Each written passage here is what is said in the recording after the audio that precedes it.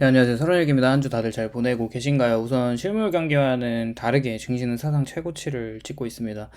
샌프란시스코 연은에서 발표한 미국인들의 이제 코로나 개인 통장으로 꽂아준 초과 저축률이 있는데 이제 실제로 현실적으로 이제 바닥이 난 상황이에요. 마이너스 720억 달러 정도로 2021년 초과 저축이 2조 1천억 달러라고 하면 완전 다 써버린 것이고 오히려 마이너스 폭으로 내려왔다는 것은 초과 저축률이 아예 없다는 걸 의미를 하고 있어요. 그런데도 불구하고 미 증시는 사상 최고치를 찍었고 그 중에서 다우지수는 4만을 돌파하면서 엄청난 상승력의 힘을 모멘텀을 보여주고 있는 상황입니다.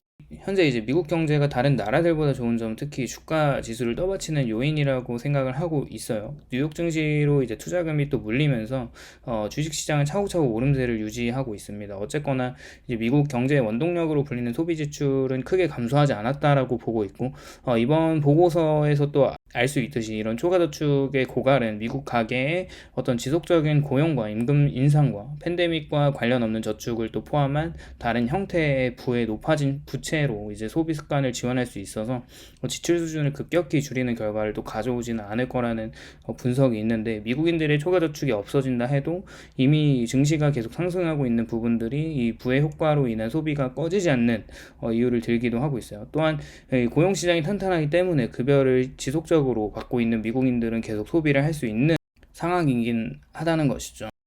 실업률이 이제 낮은 상태와 이제 임금도 지속적으로 올라가는 부분은 또 소비를 지원할 수 있는 여력이 있습니다. 또 최근에 미국인의 소비력이 크게 줄지 않을 것이라는 전망이 계속 나오고 있는데 과연 그럴까라는 의문점을 또 개인적으로 생각을 해보고 있고, 미국인들의 저축률이 이제 2021년 3월에 26.1%에서 올해 3월에 3.2%까지 정도로 엄청나게 낮아진 상황이에요. 최근에 이제 젊은 층의 부채가 점점 늘고 있는 상황인데, 가계 부채가 증가하고 연체율이 높아지는 점은 이제 우려 요인으로 꼽히고 있어요. 뉴욕 연은에 이제 가계 공공정책 리서치 부서가 있는데, 지역 경제 대표는 최근 가계부채 보고서에서 2024년 1분기에는 신용카드나 자동차 대출의 연체율이 심각한 수준으로 모든 연령대에서 계속 증가하고 있다는 분석이 있습니다. 우선 확실한 건 소득 하위 계층에서는 신용카드를 쓰지 않는다면 가계 소비 유지가 어려운 상황이 계속 굉장히 많이 있을 거라는 거죠.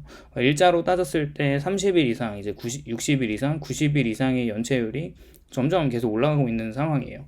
당연히 이러한 모습은 소비의 감소로 이어질 수밖에 없겠고, 4월 소매 판매는 예상보다 하회한 모습입니다. 지난 3월까지 상승세를 이어가던 소매 판매는 4월에 드디어 꺾이고 있는 모습을 보이고 있어요. 당연히 초과저축이 줄고 임금으로만 소비를 유지하기에는 지속적으로 올라가는 인플레이션율을 따라갈 수 있는 실질 소비 여력이 없는 것이 확실하다고 생각을 하고 있고, 그러면서 서비스 물가도 많이 안정이 됐습니다. 생각해보면 이런 현상들을 잘 반영하는 실물 경기 지표보다도 이런 이제 타겟 같은 필수 소비재를 취급하는 대형마트들도 소비재 물품이 대략 한 5천 개 정도의 가격대를 내리기로 결정을 하는 것을 보면 확실히 소비 둔화를 염두에 두고 있는 거죠. CPI 발표가 나오면서 예측치보다 월 대비로 0.3% 정도 물가 상승을 기록을 했는데, 아직도 이제 쉘터, 이제 주거비의 임대료가 잘 잡히지 않는 모습이라서 걱정이지만 그 외에 서비스 물가는 잡혔다는 걸 생각해보면 물가는 이제 상방으로 튀기보다는 서서히 안정적으로 잡혀갈 거라는 생각입니다.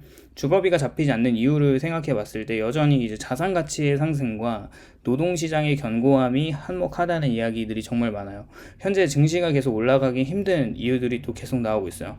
물론 미국의 대선과 재무부와 연준의 부양 정책은 억지로 증시를 끌어올릴 수밖에 없는 상황이지만 실물 경기는 그렇지 않다는 거죠. 우선 역사적으로 보면 이 그래프의 민간 부채가 높아질수록 경기가 버틸 수 있는 여지가 이제 힘들고 결국에는 침체로 이어진다는 건데, GDP 대비 민간 부채가 고점을 찍으면서 큰 위기들이 한 번씩 온 사례들을 보여주는 이 그래프와 미국의 상황은 현재 금리를 5%까지 올려놨지만 아직 금융위기가 나타나진 않고 있는데, 아직까지는 민간 부문의 부채율이 엄청 높지 않다고 하고 있고, 현재 미국을 제외한 다른 선진국들은 23년도 3분기 이후를 보면 이제 한국과 스웨덴이나 캐나다, 호주가 굉장히 가계부채가 위험한 수준이고, 얼마 전에 스웨덴은 금리 인하를 하기도 했죠.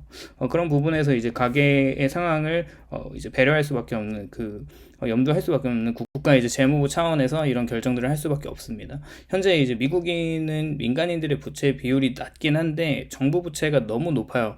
검은 색깔 표는 연구 실업자들의 숫자를 보여주고 있고 전체 노동 인구 중에 9% 정도가 연구 실업을 당한 노동자로 나타나는 상황입니다. 그냥 역사적으로 봤을 때도 10년물과 2년물 장단기 금리 역전 현상이 해소되는 것과 지금 나타나고 있는 실업률의 선행지표격인 신규 실업 수당 청구 건수 상승과 침체의 연관성이 매우 높은 자료가 있습니다. 그렇게 이제 맞물려서 침체로 갈 수밖에 없는 결과를 보여주는 것이죠. 최근에 모든 기업들의 감원 발표에 또 얼마트 또한 수백 명 규모를 감원하고 구조조정을 또 준비하고 있는 상황이에요.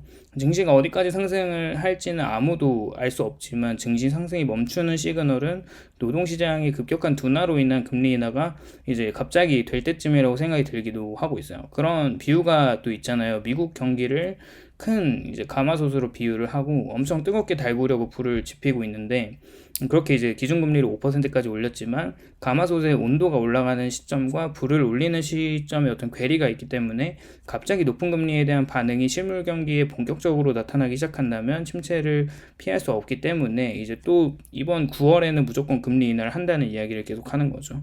현재 대부분의 시장 낙관론이 즐비하지만 비관적인 상황이 다 사라진 것도 아니고 그렇게 배제할 수 없는 것이고 올해 남은 기간 미국 증시의 수익은 거의 없을 거라는 이야기를 하는 목소리도 꽤 있습니다. 그러면서 결국에 미국 경기가 하락하는 지표들은 지속적으로 나타나고 있어요. 4월 컨퍼런스 보드 선행지수도 예상치를 또 하회하면서 결국 경기가 대세 상승하는 구간은 아닌 걸 계속 또 보여주고 있고 억지로 재무부와 이제 연준의 유동성을 푸는 그 돈이 이제 증시로 들어가기 때문에 올라가는 것을 우리는 생각해 봐야 하고 그렇게 채권에 대한 투자를 시기적절하게 하라는 이야기도 많이 있습니다. 이번에 또 뱅크 오브 아메리카의 조나트넷은 미국 증시로 돈이 많이 쏠려 있는 상황에서 30년물 국채를 다시 한번 콜하기도 했어요. 침체와 이제 둔화가 확실한 경기와 성장 둔화에 대한 부분을 너무 간과하고 있는 시장에 대한 채권을 이제 증시에 대한 해칭 수단으로 권고하고 있죠.